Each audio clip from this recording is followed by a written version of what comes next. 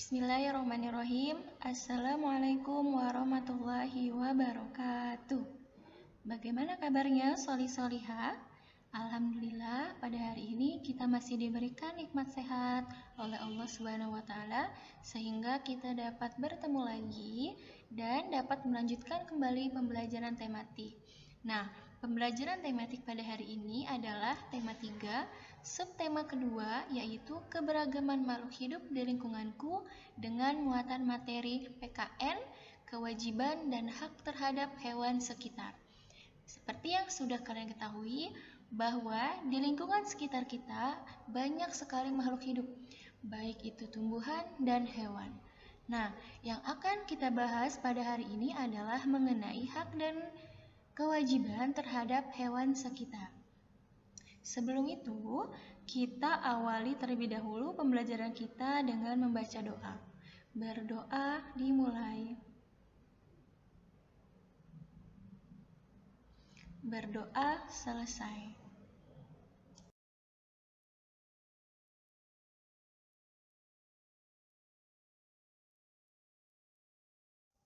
Sikap bijak terhadap hewan. Allah Subhanahu wa Ta'ala menciptakan hewan untuk kepentingan manusia. Hewan dapat dimanfaatkan manusia untuk dijadikan sebagai konsumsi dan dijadikan sebagai hewan peliharaan. Nah, apakah kalian punya hewan peliharaan? Hewan apa yang kalian pelihara di rumah? Dan apakah kalian sudah merawat hewan peliharaan kalian dengan baik? Oke. Hewan peliharaan termasuk makhluk hidup, sehingga kita berhak memiliki hewan peliharaan di rumah. Tetapi kita juga wajib merawat hewan peliharaan tersebut. Jangan sampai hewan yang kita pelihara terabaikan dan tidak terawat.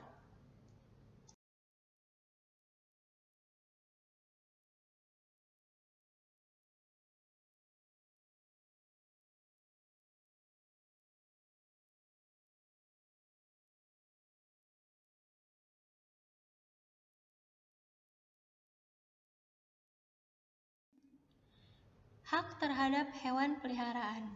Apabila kita memiliki hewan peliharaan di rumah, maka kita akan mendapatkan hak terhadap hewan peliharaan yang kita miliki. Nah, apa saja hak-hak yang akan kita peroleh apabila kita memiliki hewan peliharaan? Yang pertama, kita dapat bermain dengan hewan peliharaan. Yang kedua, kita akan mendapatkan hiburan dari hewan peliharaan tersebut. Dan yang ketiga, kita akan kehilangan dari rasa kesepian. Dan yang keempat, yaitu kita akan jadi belajar bertanggung jawab.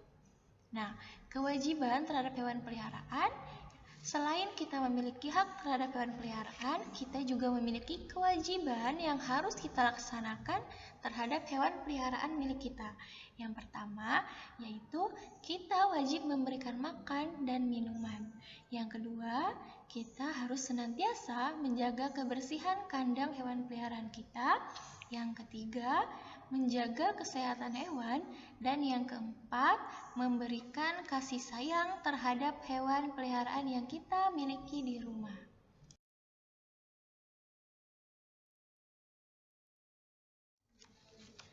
Dampak jika seseorang melaksanakan kewajibannya terhadap hewan dan lingkungan. Ada beberapa kewajiban yang akan berdampak kepada hewan dan lingkungan apabila kita telah melaksanakan kewajiban tersebut dengan benar. Yang pertama, kewajiban memberi makan.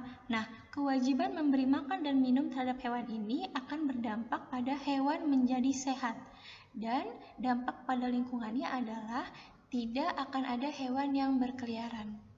Kemudian kewajiban yang kedua yaitu memandikan hewan.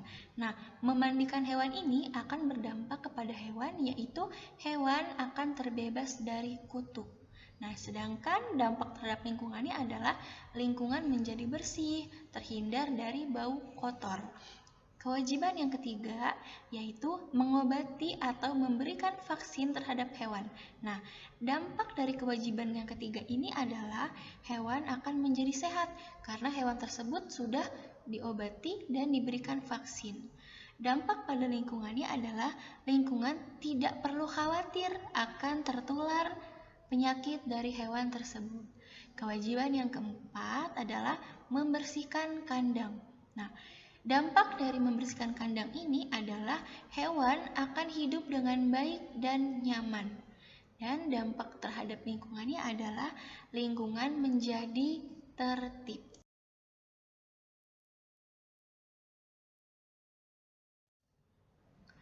Dampak jika seseorang tidak melaksanakan kewajibannya terhadap hewan dan lingkungan. Nah, apabila seseorang tidak melaksanakan kewajibannya dengan baik, maka tentunya akan berdampak kepada hewan dan lingkungan yang ada di sekitar kita. Kewajiban yang pertama, apabila kita tidak memberikan makan dan minum, akan berdampak kepada hewan, yaitu hewan akan menjadi kelaparan. Dan dampak terhadap lingkungannya adalah hewan akan berkeliaran dan berisik. Karena hewan tersebut tidak diberikan makan dan minum, maka hewan akan berkeliaran untuk mencari makanan di luar sana. Kemudian kewajiban yang kedua, apabila kita tidak melaksanakan membersihkan hewan, maka hewan tersebut akan menjadi kotor, sehingga akan berdampak kepada lingkungan, yaitu lingkungan akan menjadi bau dan timbul penyakit akibat dari hewan yang kotor karena tidak dimandikan. Kemudian kewajiban yang ketiga, apabila kita tidak mengobati dan tidak memberikan vaksin kepada hewan yang kita miliki, maka akan berdampak pada hewan akan menjadi sakit, sehingga akan berdampak pula kepada lingkungan, yaitu hewan tersebut dapat menularkan penyakit ke masyarakat yang ada di lingkungan sekitar. Nah, yang keempat, apabila kita tidak membersihkan kandang hewan, maka hewan tidak akan bisa tidur dengan baik. Hewan tidak akan merasa nyaman di kandangnya. Apa dampaknya pada lingkungan? Maka hewan tersebut akan berkeliaran karena ia tidak merasa nyaman di kandangnya, sebab kandangnya kotor dan tidak pernah dibersihkan oleh pemiliknya.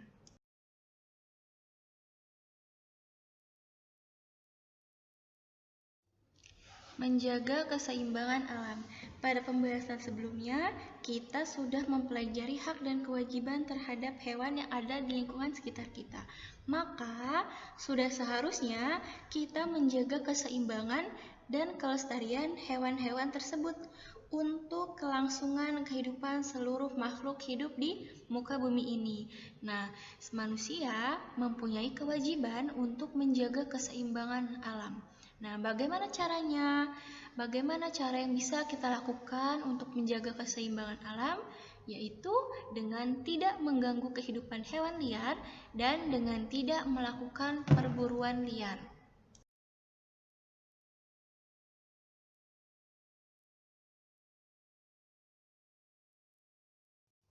Penebangan hutan secara liar memberikan dampak tidak baik untuk hewan. Kenapa? Karena apabila kita melakukan penebangan hutan secara liar, maka secara tidak langsung kita sudah merusak hutan. Sedangkan hutan dapat difungsikan sebagai tempat tinggal hewan liar. Nah, penebangan hutan secara liar dapat merusak habitat atau tempat tinggal hewan liar, sehingga akan mengakibatkan hewan liar yang tinggal di hutan tersebut akan berpindah ke pemukiman warga. Nah, tentunya hal tersebut akan mengganggu warga karena hewan liar akan merusak perkebunan dan peternakan warga. Nah, hewan-hewan yang keluar dari hutan dan berpindah ke pemukiman warga disebabkan karena hilangnya ketersediaan makanan yang ada di dalam hutan. Sebab hutan telah dirusak, penebangan pohon dilakukan secara liar, sehingga hewan-hewan tersebut akan kesulitan untuk mencari makan di dalam hutan, sehingga mengakibatkan hewan akan keluar dari hutan dan mencari makanan sehingga masuk ke daerah pemukiman warga. Pernahkah kalian berpikir tentang bencana yang sering terjadi di Indonesia? Di Indonesia sering terjadi berbagai bencana alam, misalnya banjir, kebakaran hutan, dan tanah longsor. Mengapa hal tersebut bisa terjadi? Hal ini bisa dikarenakan adanya dampak kerusakan lingkungan. Salah satunya adalah rusaknya hutan yang menyebabkan lingkungan sekitar tidak lagi seimbang. Ekosistem yang sudah tidak seimbang lagi menjadikan lingkungan sudah tidak ramah lagi. Kenapa? Karena lingkungan sudah banyak dirusak. Berbagai kerusakan lingkungan sekitar sering terjadi karena ulah tangan manusia sendiri, sehingga dampaknya akan kembali ke manusia. Untuk itu, menjadi manusia yang bertanggung jawab adalah suatu kewajiban. Jika kita menebang hutan, maka kita harus kembali menanamnya, agar keseimbangan ekosistem hutan juga akan terjaga. Melestarikan hewan langka. Manusia sebagai makhluk hidup wajib melestarikan hewan langka. Upaya melestarikan hewan langka bertujuan agar hewan tersebut tidak mengalami kepunahan. Kelestarian hewan sangat bermanfaat bagi kehidupan manusia, baik secara langsung maupun tidak langsung. Nah, sebagai warga negara yang baik, sudah seharusnya kita berkewajiban dan bertanggung jawab untuk melindungi dan melestarikan hewan-hewan langka tersebut. Salah satu upaya yang dapat dilakukan untuk melestarikan hewan dari kepunahan adalah mendirikan kebun binatang Ragunan. Nah, pelestarian hewan langka dilakukan dengan cara penangkaran hewan langka. Salah satunya dengan mendirikan suaka marga satwa, kebun binatang, dan taman nasional. Dengan melestarikan dan melindungi hewan langka, keseimbangan alam dan ekosistem pun akan terjaga dengan baik. Selanjutnya, ada tugas yang harus kalian kerjakan. Nah, tugas ini bisa kalian kerjakan di buku tulis kalian, kemudian kalian kirimkan ke ustazah kelasnya masing-masing. Ada 5 pertanyaan yang sudah ustazah siapkan, dan kalian harus menjawab pertanyaan tersebut dengan benar. Baik, cukup sekian pembelajaran hari ini. Let's say hamdalah. Alhamdulillahirrabbilalamin. Sampai jumpa di pertemuan selanjutnya. Wassalamualaikum warahmatullahi wabarakatuh.